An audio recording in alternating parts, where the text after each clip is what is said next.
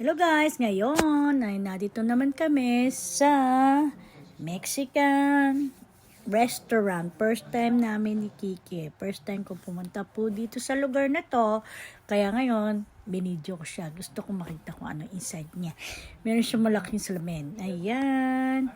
Tapos, mukhang maganda siya sa loob. Ayan. Pakita ko sa inyo yung loob niya. Doon na yung anak ko sa loob at saka yung sister-in-law ko. Ayan. Ito, may Christmas sister-in-law. Ito po yung loob. Ayan. Ayan na. Kumuha lang ako ng charger para sa ano ko. Kaya lumabas ako. Ayan. Meron silang kainan. Ganda rin ang kainan nila sa loob. Ayan si Kike. Hinihintay ang kanyang charger. Ayan. Sa mami.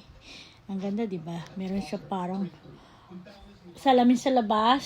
Bakit kami labas? Ayan. Ayan yung sister-in-law. Sinasamahan niya kami pag wala yung asawa ko. Ayan. Siyang kasama namin today. Ayan. May maraming kumakain.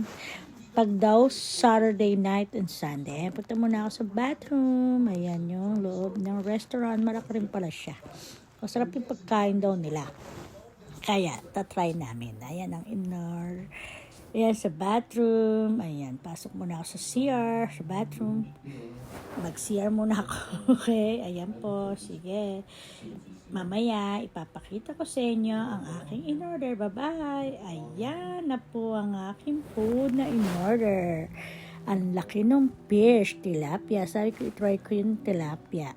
Ang laki nga niya, prito. Ayan yung aking sister-in-law. Ang in-order niya ay carnitas. Ayan, ang sarap po tingnan. Ayan, ang sarap. Tingnan, ang sarap. Mukhang masarap talaga siya. Sabi niya kasi ng sister-in-law ko, masarap daw yan. Ayan. Dito tayo kay Kike. Ayan. Dito tayo sa side. Ayan, may flour din siya kasama. Ayan, di ba? May taco. Ano yan? Aking video.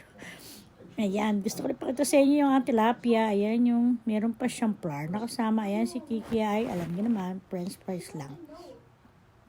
Ang kinakain ni Kike, hindi siya kumakain ng rice at ng mga meat. Ayan, thank you for watching. Sige, bye-bye ulit.